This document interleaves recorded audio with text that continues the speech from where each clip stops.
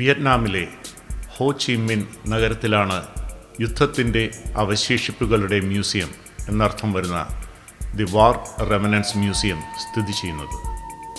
Vietnam സന്ദർശിക്കുന്ന ഏതൊരു വ്യക്തിയും കണ്ടിരിക്കേണ്ട ഒരു മ്യൂസിയമാണിത്. ഞങ്ങൾ അവിടെ എത്തിയ ദിവസം ധാരാളം സ്കൂൾ കുട്ടികൾ അവിടെ സന്ദർശനത്തിന് എത്തിയിരുന്നു. മ്യൂസിയത്തിന് പുറത്ത് വിയറ്റ്നാം യുദ്ധത്തിൽ പങ്കെടുത്ത യുദ്ധവിമാനങ്ങൾ, ഹെലികോപ്റ്ററുകൾ, ടാങ്കുകൾ, കവചിത വാഹനങ്ങൾ, പീരങ്കികൾ എന്നിവയൊക്കെ പ്രദർശിപ്പിച്ചിരിക്കുന്നു.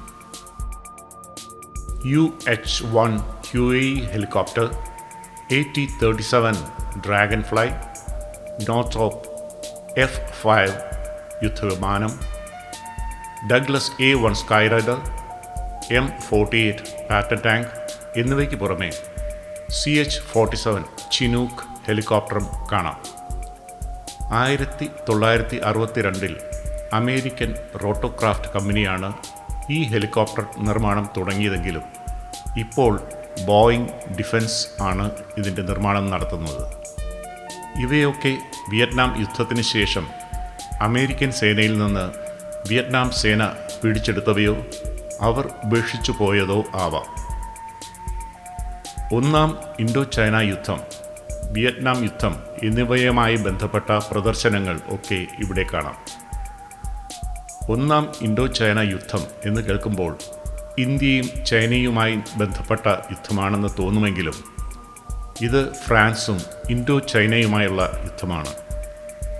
തെക്കു കിഴക്കേ ഏഷ്യയിൽ വടക്ക് ഭാഗം ചൈന വരെയും കിഴക്ക് ചൈന സമുദ്രം വരെയും വ്യാപിച്ചു കിടക്കുന്ന കംബോഡിയ, വിയറ്റ്നാം, ലാവോസ് എന്നീ രാജ്യങ്ങൾ ഒത്തുചേർന്ന ഒരു മുനമ്പാണ് ഇൻഡോ ചൈന. കമ്മ്യൂണിസ്റ്റ് ഉത്തര വിയറ്റ്നാമും ദക്ഷിണ വിയറ്റ്നാമും തമ്മിൽ ആദ്യം ആരംഭിച്ച ഒരു യുദ്ധമാണ് വിയറ്റ്നാം യുദ്ധം.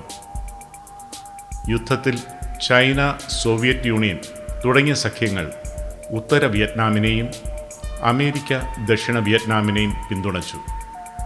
പതിയെ അമേരിക്ക യുദ്ധതന്ത്രങ്ങൾ ആവിഷ്കരിക്കാനെന്ന നിലയിൽ ആ ആഭ്യന്തര യുദ്ധത്തിൽ ഇടപെടുകയും പിന്നീട് അമേരിക്കൻ സേനയുടെ വിന്യാസത്തോടെ പൂർണ്ണമായ ഒരു യുദ്ധമായി മാറുകയും ചെയ്തു.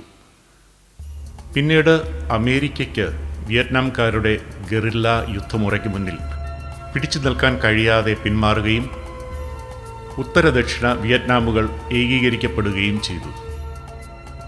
ആദ്യകാലത്ത് ഈ മ്യൂസിയം ചൈനീസ് അമേരിക്കൻ യുദ്ധക്കുറ്റങ്ങളുടെ മ്യൂസിയം എന്നാണ് അറിയപ്പെട്ടിരുന്നത്. പിന്നീട് അതിൻ്റെ പേര് അമേരിക്കയുടെയും അവരുടെ പാവകളുടെയും യുദ്ധക്കുറ്റങ്ങളുടെ പ്രദർശനാലയം എന്നാക്കി മാറ്റി. 1995 വിയറ്റ്നാമും അമേരിക്കയുമായി നയതന്ത്ര ബന്ധങ്ങൾ സാധാരണ നിലയിലാവുകയും അമേരിക്കൻ ഉപരോധം ഒരു വർഷത്തിനു മുൻപ് അവസാനിക്കുകയും ചെയ്തതോടെ മ്യൂസിയത്തിൻ്റെ പേരിൽ നിന്ന് യുദ്ധക്കുറ്റങ്ങൾ, ആക്രമണങ്ങൾ എന്നുള്ള വാക്കുകൾ നീക്കം ചെയ്യുകയും യുദ്ധത്തിൻ്റെ അവശേഷിപ്പുകളുടെ മ്യൂസിയം അഥവാ ദ വാർ റെമനൻസ് മ്യൂസിയം എന്ന പേര് നൽകുകയും ചെയ്തു. വിയറ്റ്നാമിലെ അമേരിക്കൻ അധിനിവേശം മനസ്സിലാക്കുന്നതിനും വിയറ്റ്നാം പൗരന്മാർക്കും ആ നാടിനും അതുണ്ടാക്കിയ വിനാശകരമായ അനന്തര ഫലങ്ങൾ മനസ്സിലാക്കുന്നതിനും ഈ മ്യൂസിയത്തിലെ സന്ദർശനം ഉപകാരപ്പെടും. അവിടെ പ്രദർശിപ്പിച്ചിരിക്കുന്ന ചിത്രങ്ങൾ ഒക്കെയും അമേരിക്കൻ സൈനിക നടപടികളുടെ ക്രൂരതകൾ വെളിവാക്കുന്നതാണ്. പ്രദർശനങ്ങളിൽ ഭൂരിഭാഗവും വിയറ്റ്നാം വീക്ഷണകോണിൽ നിന്നാണെങ്കിലും യുദ്ധ ക്രൂരതകളുടെ അസ്വസ്ഥജനകമായ ധാരാളം ചിത്രങ്ങൾ നമുക്കിവിടെ കാണാം.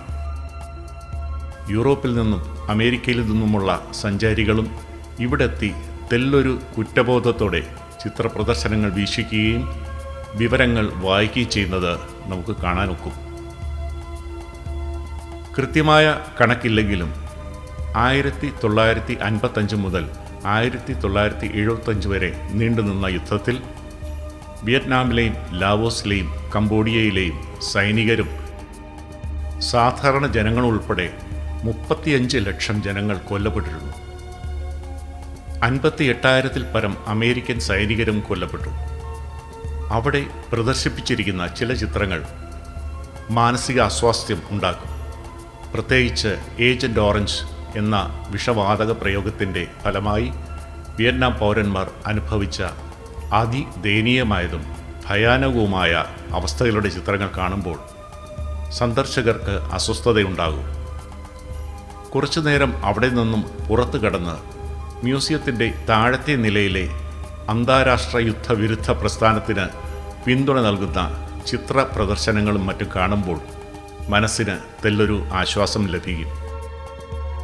ഒരു ഭാഗത്ത് വിയറ്റ്നാം യുദ്ധത്തിന് ഉപയോഗിച്ച യുദ്ധ ഉപകരണങ്ങളും തോക്കുകളുമൊക്കെ പ്രദർശിപ്പിച്ചിരിക്കുന്നു.